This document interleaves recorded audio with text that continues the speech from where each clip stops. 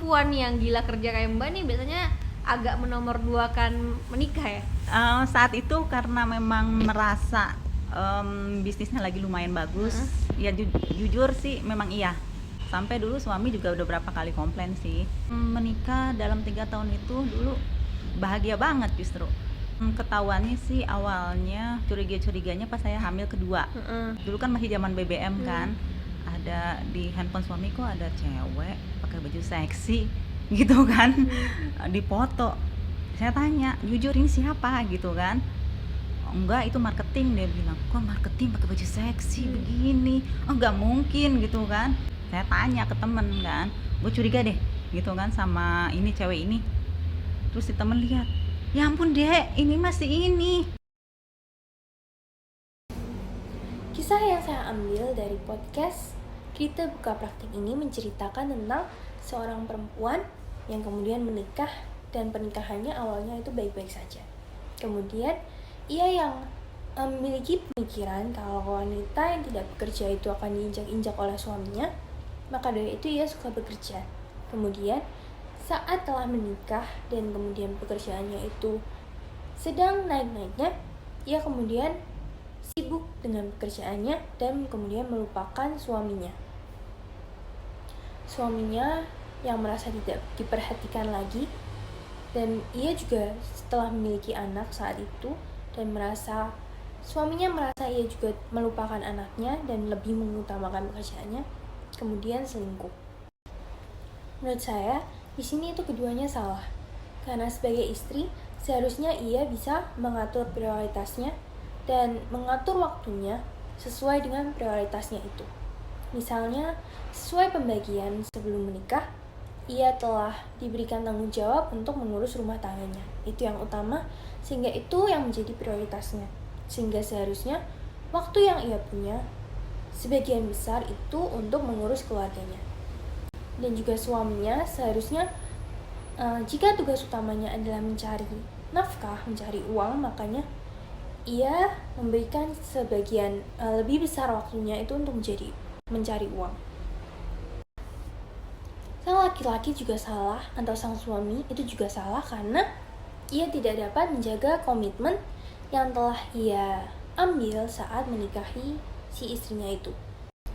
Seharusnya ia tetap sabar dan selalu membimbing istrinya, memberitahukannya untuk dapat lebih mengatur waktunya lagi, bukan mencari wanita lain untuk mendapatkan kasih sayang yang tidak ia dapatkan dari istrinya. Untuk menghindari masalah seperti ini, makanya diperlukan kedewasaan. Karena dengan kedewasaan itu, tiap pihak itu dapat lebih memilih apa yang menjadi prioritasnya dan dapat lebih mengerti apa pentingnya menjaga komitmen dalam pernikahan. Kemudian komunikasi dan quality time saat telah menikah itu juga penting. Karena saat berkomunikasi itu, tiap pihak itu dapat mengatakan apa yang tidak dia suka dan pihak lain juga dapat mengerti dan rendah hati dan kemudian dapat mengetahui kesalahannya dan mau mengubahnya. Kondisi seperti ini juga tidak akan terjadi apabila pasangan itu sungguh-sungguh mengerti apa misi perkawinan atau pernikahan mereka. Karena itu diperlukan edukasi yang seperti yang telah gereja lakukan untuk pasangan sebelum mereka menikah, sehingga mereka dapat mengetahui apa misi-misi dalam pernikahan, seperti apa pernikahan yang baik, dan bagaimana menjaga relasi pernikahan tersebut.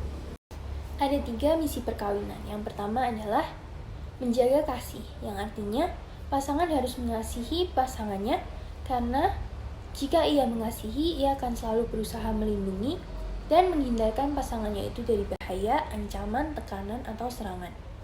Misalnya dalam hal ekonomi, seorang suami jika ia mengasihi istrinya, ia akan menjaga agar istrinya itu tidak mengalami kesusahan atau kekurangan dalam ekonomi, sehingga ia akan bekerja keras untuk mencari nafkah yang cukup untuk istrinya. Misi yang kedua adalah menyatakan kasih. Kasih itu harus dinyatakan sehingga dapat didengar, dirasakan, dan juga diraba.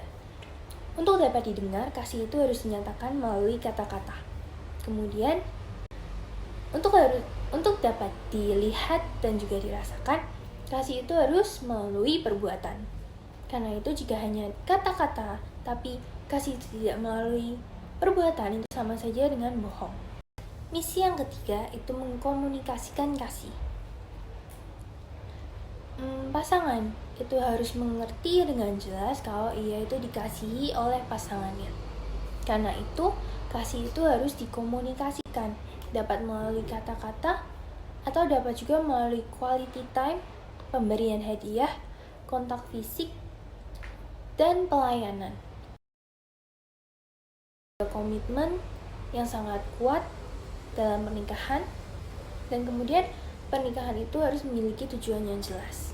Karena pernikahan itu tidak mudah, diperlukan kedewasaan dan kesiapan dari kedua belah pihak untuk dapat menikah. Sekian dari saya, terima kasih.